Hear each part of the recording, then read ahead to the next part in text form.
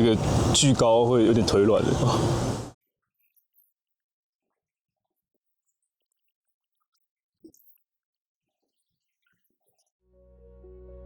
等了将近45年，淡江大桥终于完整的伫立在我们眼前。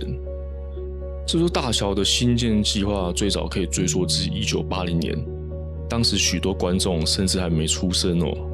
今天，它不只是连接两岸的交通枢纽，更是打破世界纪录、全球最长的单塔不对称协商桥。在国际顶尖建筑师事务所专业技师、监造营造团队的合力铸造下，这座新世界奇观完美融合了建筑美学与科技力量。淡江大桥就像一个深受祝福的孩子，从诞生前就备受呵护。在通车前夕，交通部公务局精心筹备了路跑、自行车赛、云门舞集表演等一系列的庆典。而我有幸受邀参加3周前的淡江大桥设计论坛，邀集了各方专家学者、建筑师和关心这座大桥的群众，为大桥做一系列的设计讲座与对未来观光发展的期许。很幸运能提前一窥设计背后的故事，最后亲身走上大桥体验。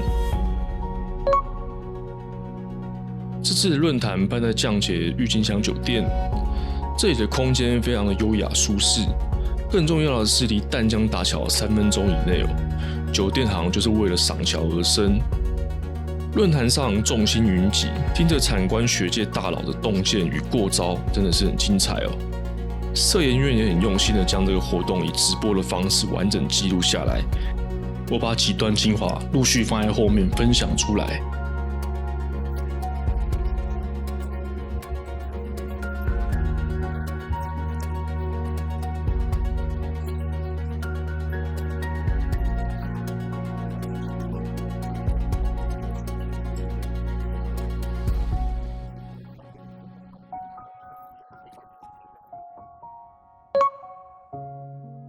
这次论坛的协办单位是台湾设计研究院，整场会议的质感让我印象深刻哦。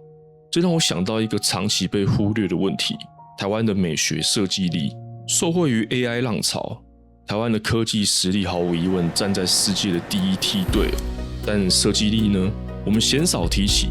摊开邻国国家观光旅游 GDP 的占比，台湾的数字说明了一切，输到裤子都没了哦。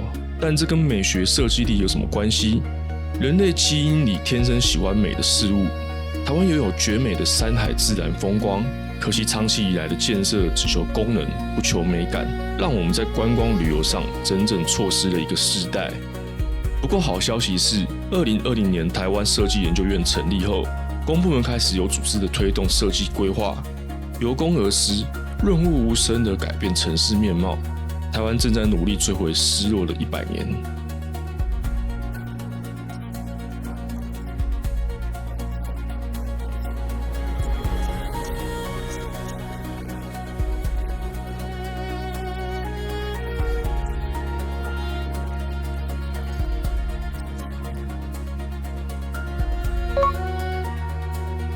论坛后半段，我们来到了现场，轻脚踏上了大桥的桥面，那种感觉很难形容，有点不真实哦。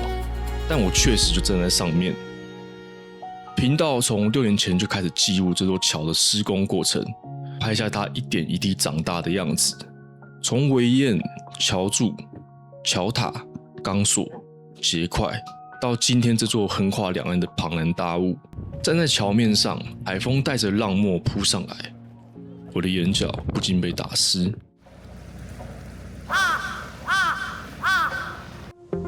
今天我想带你们看一些平常看不到的画面。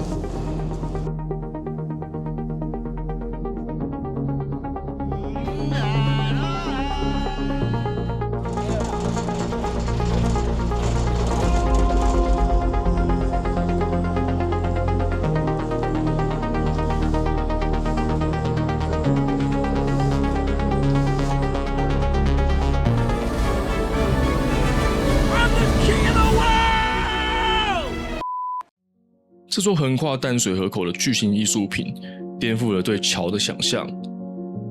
脚下的桥面宽阔且扎实，两侧延伸出的不只是钢筋水泥，更是扎哈蒂那标志性的流动曲线。仰头望向那高耸入云的丹塔，简洁的清水混凝土在阳光下显得优雅且内敛，没有多余的油漆粉饰，反而让结构的力学美感显得纯粹。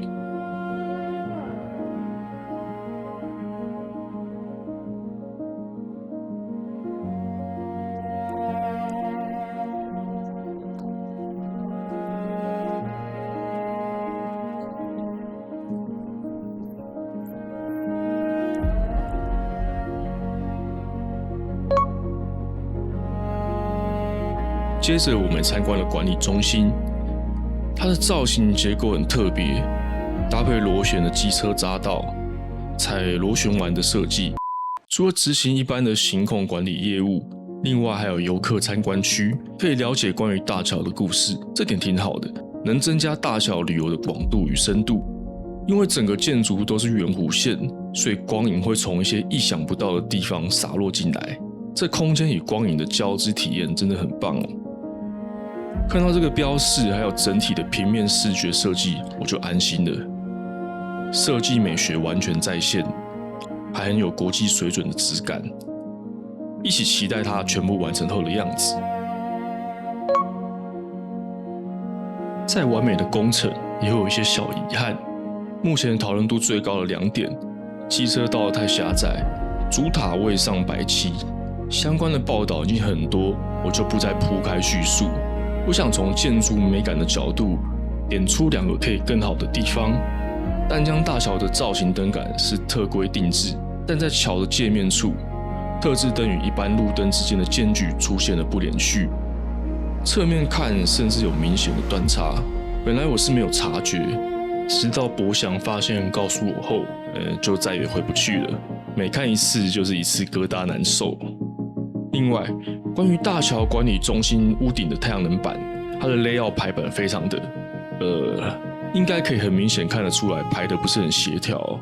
太阳能板看起来就像马赛克，跟建筑圆弧的设计搭配起来就很跳痛。屋顶上的东西在以前可能很少会被讨论，但是现在人手一台空拍机的时代，这很难被忽略。很明显是受到太阳能板本身的尺寸规格。其实建筑师常企图把太阳能板融入到建筑上，像是 MVRDB 与台电打造的光源之石，但无奈受限于太阳能板自私的尺寸，总会有一种被卡关节的感觉。这部分就要靠太阳能板厂商能提出什么好的解方。这些小遗憾有些可以改进，有些可能只是当做一个宝贵的学习经验，为了下个工程做迭代。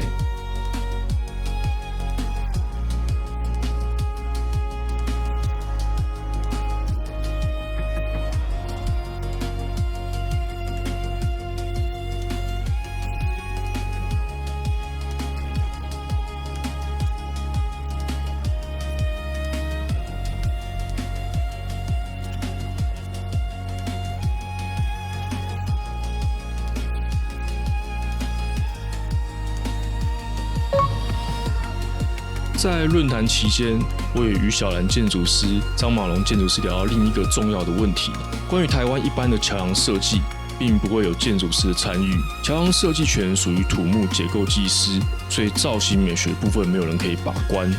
因此，我们常可以听到民众抱怨某些桥的外观品味独特，但大型桥梁基本上都是非常重要的地标。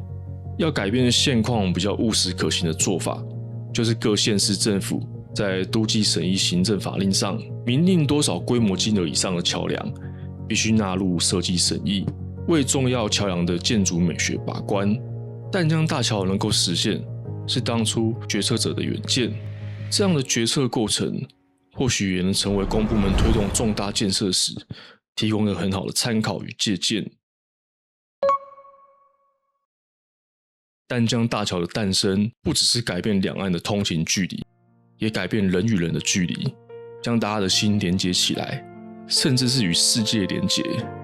它放大了人们对公共建设的想象，以及一个成功的指标性建设如何对社会有着无形正面的巨大影响。40年前的种子，如今成了大树。偶尔听到质疑的声音，这座大桥真的值得投入那么多资金人力吗？没有人可以回答，但也许找寻答案的过程就是答案本身。大桥开通后，每天会有很多人来来往往，被使用、被观赏。大桥就像另一座101，每天持续发送出文化电波，无形中给全民信心与力量。另一种方式说，这是国家层级的风水。而我自己也渐渐的被转变，过去频道的影片着重在建物本身，大多谈论纯粹的建筑美感，很少触及到人的部分。在观察大桥建造的过程中，深刻体会到一个伟大的建筑需要全世界各方人士参与，不仅是建筑师、工程师、各工种的专业师傅，还有建造时的全民监工、热情参与活动的民众。这是一个巨型的社会合作，每个人把自己的一小部分做好，累积而成这个伟大的成就。一个工程把上万的人联系在一起，最后触及到整个社会。这一刻，我感觉